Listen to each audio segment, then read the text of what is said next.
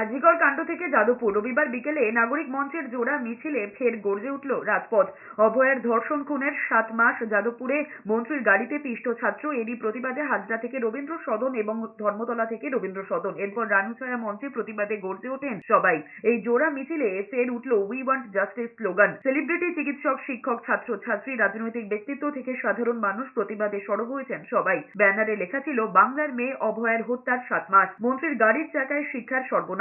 মিছিলে উপস্থিত প্রত্যেকেরই বক্তব্য এক, যে দুর্নীতি, থ্রেড সংস্কৃতি, দুর্বৃত্ত চক্রের জন্য আরজি করে অভয়ার প্রাণ গিয়েছে। কার্যত একই ঘটনা ঘটেছে যাদবপুরের ক্যাম্পাসে। সেখানে গণতান্ত্রিক আন্দোলনের পর মন্ত্রীর গাড়ির চাকা চলে গিয়েছে।